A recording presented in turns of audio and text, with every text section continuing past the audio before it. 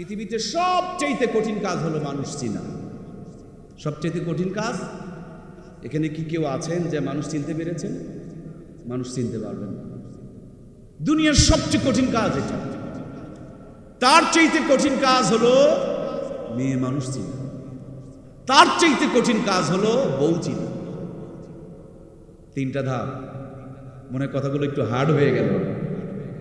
1 নম্বর কঠিন কাজ মানুষ চিনা, তার চাইতে কঠিন কাজ মেয়ে মানুষ চিনা, আর তার চাইতে কঠিন কাজ হলো বউ চিনা।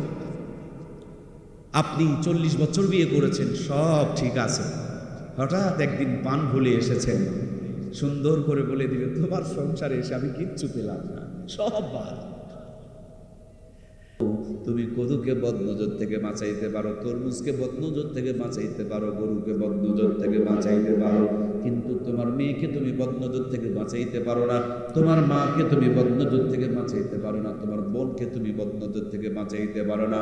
ও কপাল পোড়া মুসলমান, তুমি তোমার বউটারে নিয়ে বিউটি পার্লারে সাজায়া 3.5 লাখ টাকার মোটরসাইকেলে চড়ায়া প্রায় 120-25 টাকা লিটারের পেট্রোল তুলে নিয়ে ভো ভো করে পিক আপ টানো আর বগুড়া শহরে ঘোরো, আর মানুষকে জেনার গুনার জন্য দাওয়াত করো যে আয় আমার বউকে দেখ, আমার বউয়ের বুকটা কতটুকু টান, আমার বিবির পাছার মধ্যে কিছু আছে না নাই, এগুলো দেখায়া দেখায়া জেনার গুনাহ কামাই করে নিয়ে বেড়াই।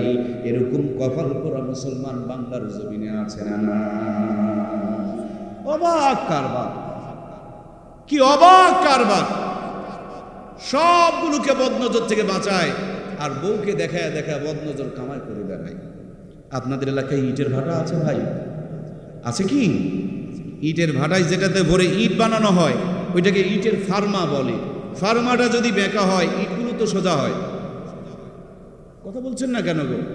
সোজা কথা, আমাকে একটু হেল্প করেন আপনারা। তাহলে ফার্মা যদি বেঁকা হয় ইটও, বউটা কটকটি হবে, আর বউয়ের পেট থেকে বাচ্চা যেটা হবে এটা আল্লাহর ওলি হবে। হবে? জোরে বলেন হবে? বউটাকে মার্কেটে মার্কেটে ঘুরাবেন আর আপনার সন্তান ডানে বললে বামে যাবে না। কে বলছে? খালি জন্ম দিলেই তো হবে না। আপনার বউকে যতজন দেখেছে মনে মনে 17-15 হিসাব করছে, একটা জেনার গুনাহ কিন্তু আপনার সন্তানের উপরে আসর করে আছে। কথা বলেন ঠিক কিনা? সুতরাং প্রিয় ভাইয়েরা আমার, এ সমস্ত সমস্যাগুলো হয় একটাই কারণে, যেই ছেলেটা তার বিবিকে মোটরসাইকেলের পিছনে চড়ে ঘুরায়, বলুন তো দেখি তার মাথায় যদি কোরআন থাকতো এই অন্যায়টা করতে পারত? যে মেয়েটা মোটরসাইকেলের পিছনে চড়ে চড়ে ঘুরে, ওই মেয়েটার কলিজায় যদি আল্লাহর কোরআন থাকতো, বুক পিট বের করে মোটরসাইকেলে চড়ে দেশের মানুষকে জাহান্নামের দাওয়াত দিতে পারতো না? ঠিক কিনা? অল্প কিছুদিন আগে আপনাদের বগুড়ার মোকামতলা শিবগঞ্জ একটা থানা আছে, চেনেন তো?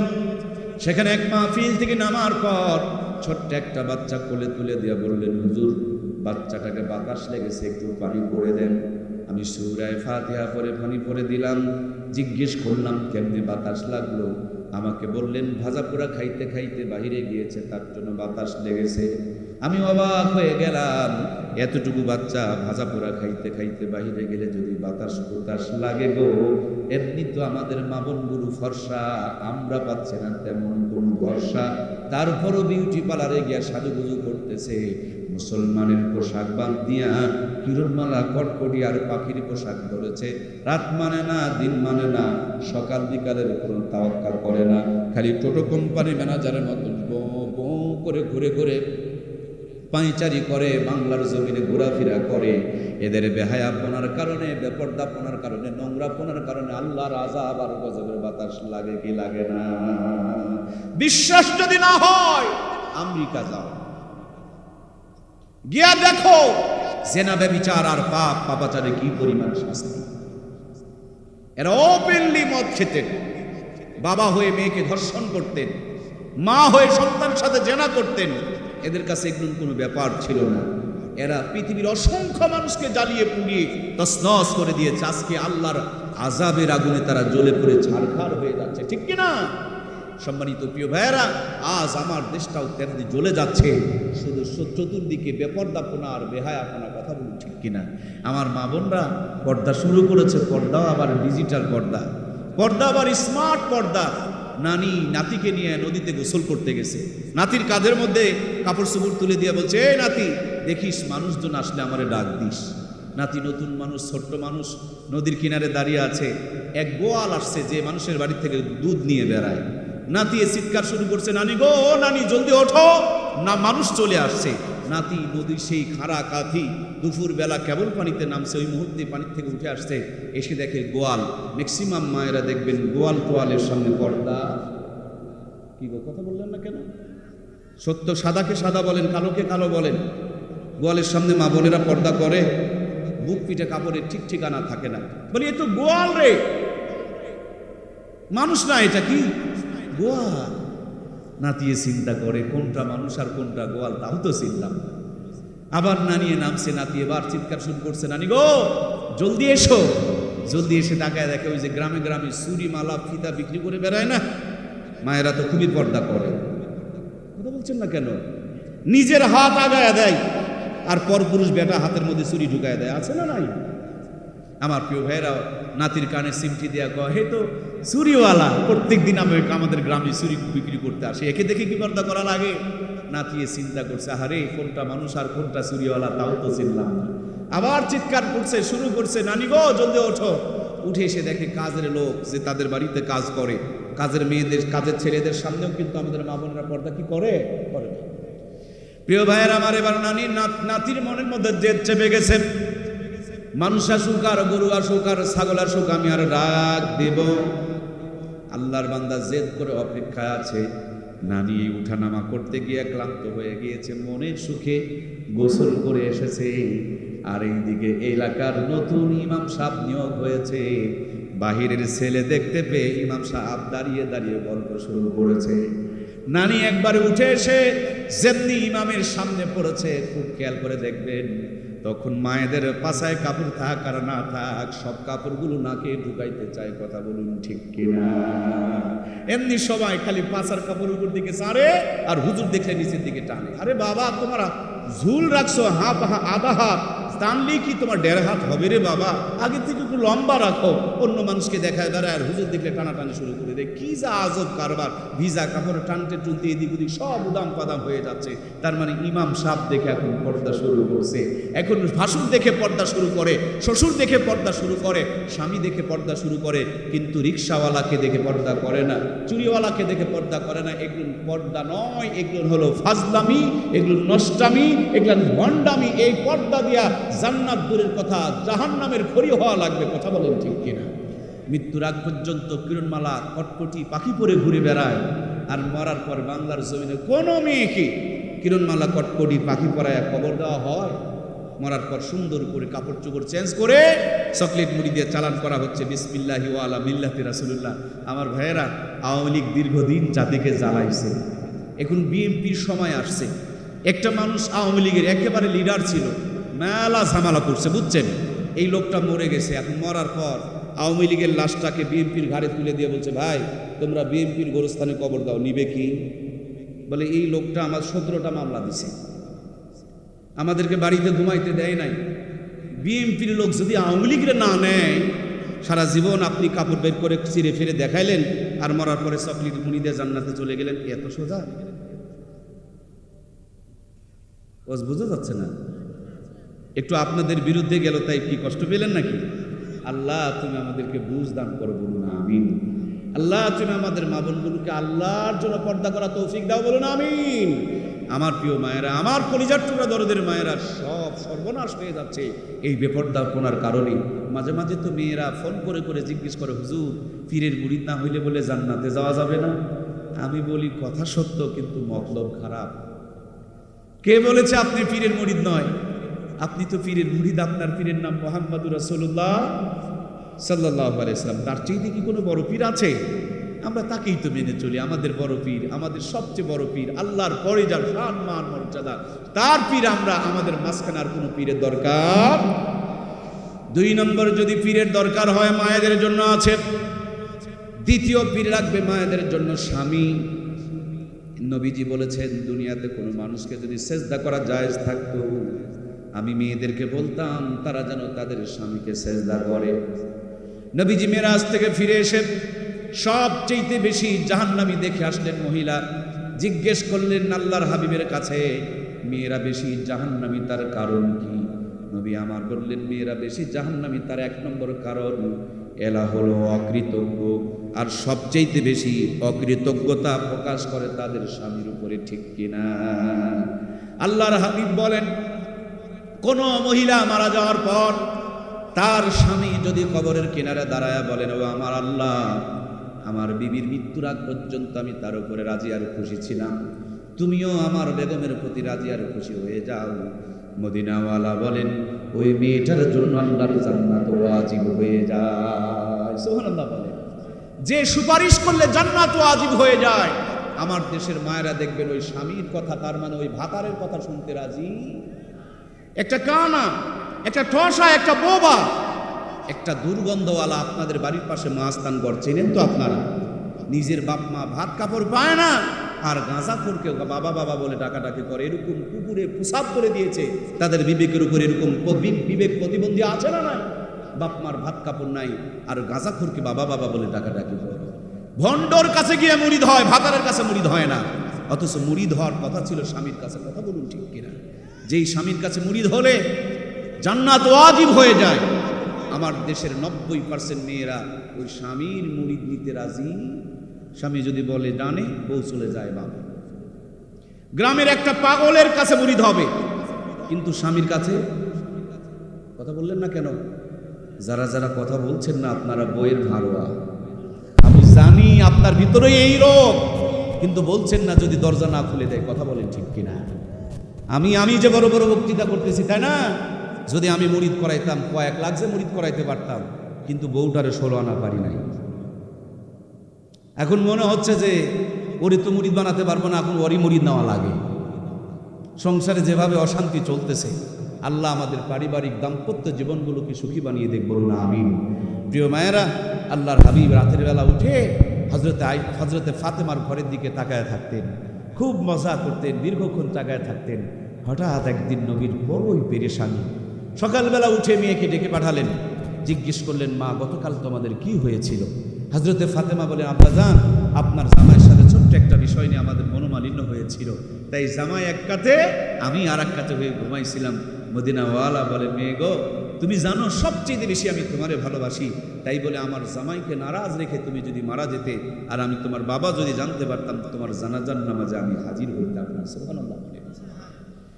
আমার প্রাণপ্রিয় মায়েরা, এজন্য স্বামীকে মহব্বত করেন, শ্রদ্ধা করেন, সম্মান করেন। একটা কথা শুনে রাখবেন, যেই বাড়িতে মেয়েদের আওয়াজ ছেলেদের উপরে হয়, ওই বাড়িতে সব থাকলেও শান্তি থাকে। বেশিরভাগ মেয়েরা তাদের স্বামীকে শাসন করতে চায়। কথা বলেন ঠিক কিনা? আবার খুব খেয়াল করে দেখবেন, পারিবারিক দ্বন্দ্ব আর কলহের কারণে মা যায় কবিরাজের বাড়িতে ছেলেকে কন্ট্রোলে আনার জন্য, বউ খোঁজে কবিরাজের বাড়ি স্বামীকে বশ বানানোর জন্য, ঠিক কিনা?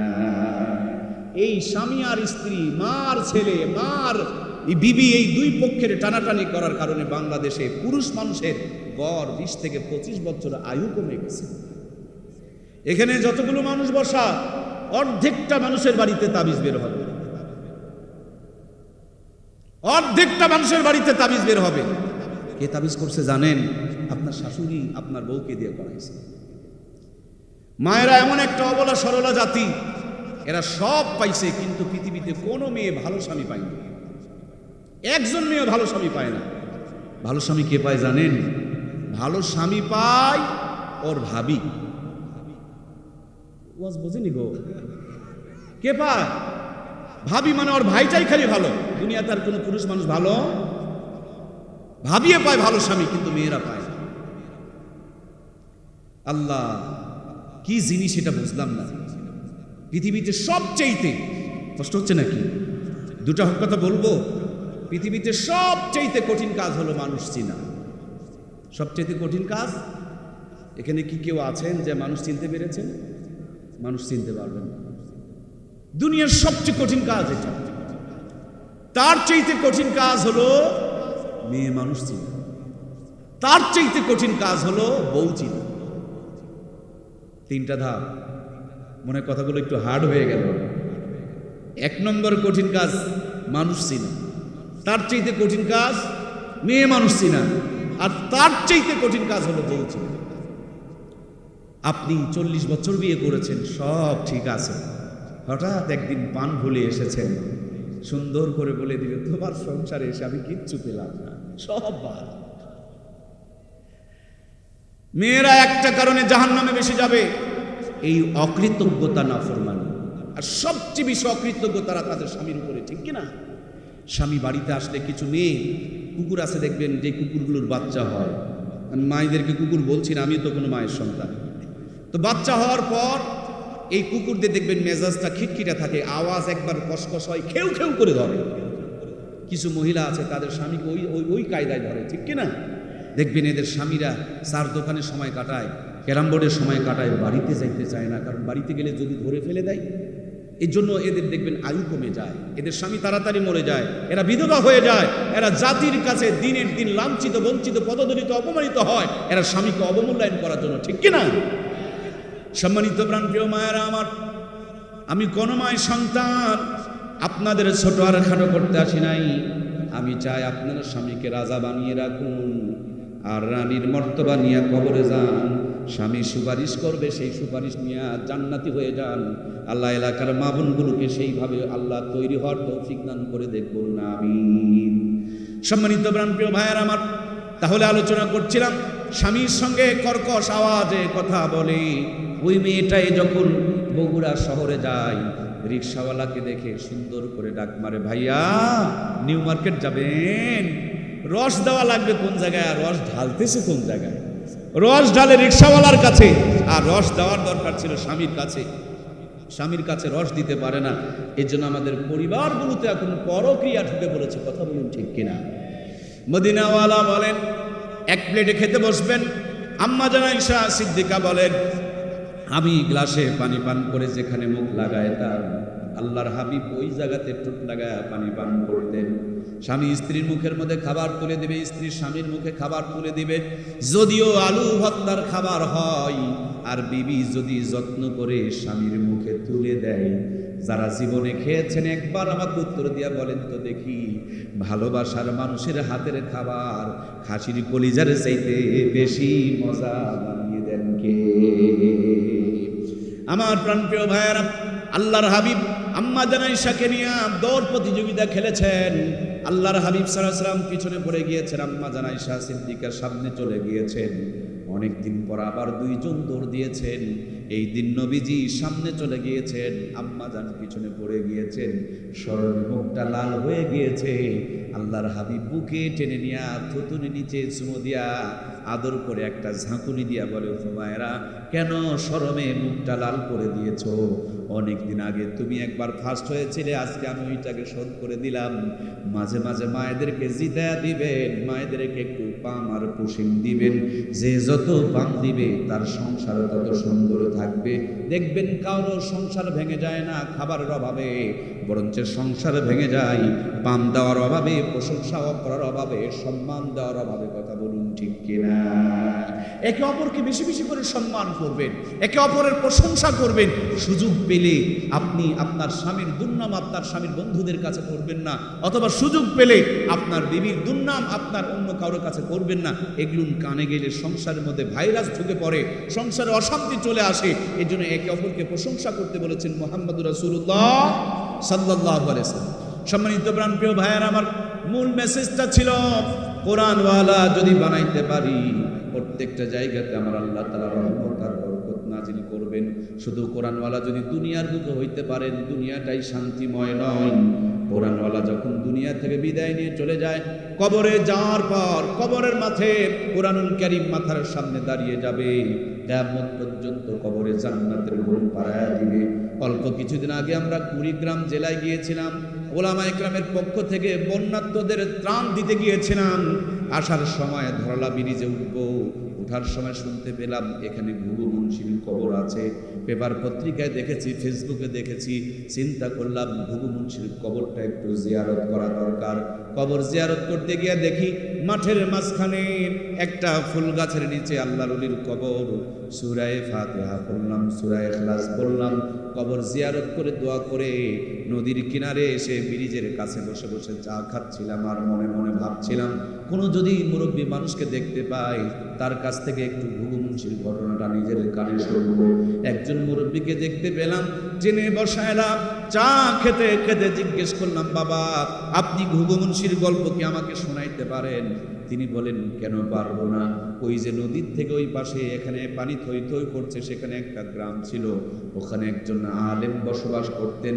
এই আলেমটার নাম ছিল মৌলানা বশির উদ্দিন। এই মৌলানা বশির উদ্দিন তিনি যখন কোরআনুল কারীম তেলাওয়াত করতেন মাথাটাকে একটু নড়াইতেন আর কোরআনুল কারীম তেলাওয়াত করতেন। এই জন্য বন্ধু বান্ধবেরা তাকে ঘুঘু মুন্সি বলে ডাকাডাকি করতেন। মূলত তার নাম ঘুঘু মুন্সি নয়, তার নাম হলো মৌলানা বশির উদ্দিন। মৌলানা বশির উদ্দিন ওরফে ঘুঘু মুন্সি তিনি যখন ইন্তেকাল করেছেন নদীর কিনারে তার কবর দেওয়া হয়েছে। কালের বিবর্তনে নদী ভাঙতে ভাঙতে যখন কবরটা ভাঙতে শুরু করে দিয়েছে, রাখালেরা গরু চড়াইতে গিয়ে দেখে একটা লাশ বের হয়ে এসেছে। আমাদের খবর দিলে আমরা কবর থেকে লাশটা তোলার পর মুখের থেকে কাফনের কাপড়টা সরায়া দেখি 32 বছর আগে মৌলানা বশির উদ্দিন ওরফে ঘুঘু মুন্সি ইন্তেকাল করেছে। নদীর কিনারে তার কবর দেওয়া হয়েছে। 32 বছর পরেও তার লাশখানা টসটসা তরুতাজা রয়ে গিয়েছে। আমার ভাইয়েরা, গত কয়েকদিন আগে পাকিস্তানে একটা কবর খোঁড়া হচ্ছিল, পাশে আর একটা পুরাতন কবর খুঁড়তে গিয়া কেমনে যেন পাশের কবরের লাশের একটা আঙ্গুলের মধ্যে চোট লেগে গিয়েছে। আমি নিজেই দেখেছি, ফেসবুকের মধ্যে ঝরঝর করে রক্ত বের হচ্ছে। কতদিন আগেকার মরা মানুষ কিন্তু কোরআন কলিজার মধ্যে নিয়ে মৃত্যুবরণ করেছে। কবরের মাটি তার লাশটাকে খাইতে পারে নাই। আমাদের বাংলাদেশের দক্ষিণ অঞ্চলে একটা জেলা নাম হলো ভোলা, সেখানে একটা ঘাট আছে, ওই ঘাটটার নাম হলো ইরিশা ঘাট। রাস্তার সম্প্রসারণ করতে গিয়া রাস্তার খনন কাজ যখন শুরু করেছে, 16 বছর আগে একজন হাফেজে কোরআনকে রাস্তার পাশে কবর দেওয়া হয়েছিল। 16 বছর পরে রাস্তা খুঁড়তে গিয়া দেখে হাফেজে কোরআনের পুরা দেহটা অক্ষত তরতাজা টসটসা রয়ে গেছে। সুতরাং বন্ধুরা আমার, কোরআনুল কারীম শুধু দুনিয়াতেই সম্মানী বাড়ায় না, এই কোরআনুল কারীম শুধু দুনিয়াতেই ইজ্জত বাড়ায় না, এই কোরআনুল কারীম সিনায় নিয়ে যারা কবরে চলে যাবে, কবরের মাটিও তাদের লাশটারে খায় না। দুনিয়াতে নরমাল কিছু মানুষ আছে, আমাদেরকে ঢাকা দেওয়ার জন্য বগুড়া যাওয়া লাগে, আর ভিআইপি কিছু মানুষ আছে তাদের বাড়ির সামনে দেখবেন ভাইয়ের আমার প্রাইভেট কার দাঁড়িয়ে থাকে। আর আরও যারা ভিআইপি আছে, বগুড়ার মমইনে হেলিকপ্টার আছে, আপনারা কি জানেন? হেলিকপ্টার গিয়া বাড়ির গেটের সামনে দাঁড়ায় থাকে, একটা উড়াল দিয়া গন্তব্যে চলে যায়। এই কোরআনওয়ালারা নরমাল নয়, এই কোরআন হলো ভিআইপি ওয়ালা। কোরআন যার সিনায় থাকবে, কোরআন যার কলিজায় থাকবে, তাকে মিজান হাসর ফুলসিরাত নিয়ে চিন্তা করা লাগবে না। আল্লাহর ফেরেশতা হযরত ইসরাফিল যখন সিংহায় ফুৎকার দিবে, সব ধ্বংস হয়ে যাবে, মাদ্রাসা মসজিদগুলো ধ্বংস হবে না। এই মাদ্রাসা মসজিদগুলো ধ্বংস হবে না। আল্লাহর কোরআন প্রেমীদেরকে বুকের মধ্যে জড়ায় নিয়ে হেলিকপ্টারের মতন কবর থেকে তুলে নিয়ে একটা টান দিয়া জান্নাত পর্যন্ত পৌঁছায়া দিবে। জান্নাতের গেটে যা মাত্র একজন ঘোষণা করে বলবে, ইকরা ওয়ারাতিল কামা কুনতা তুরাতিল ফিদ দুনিয়া।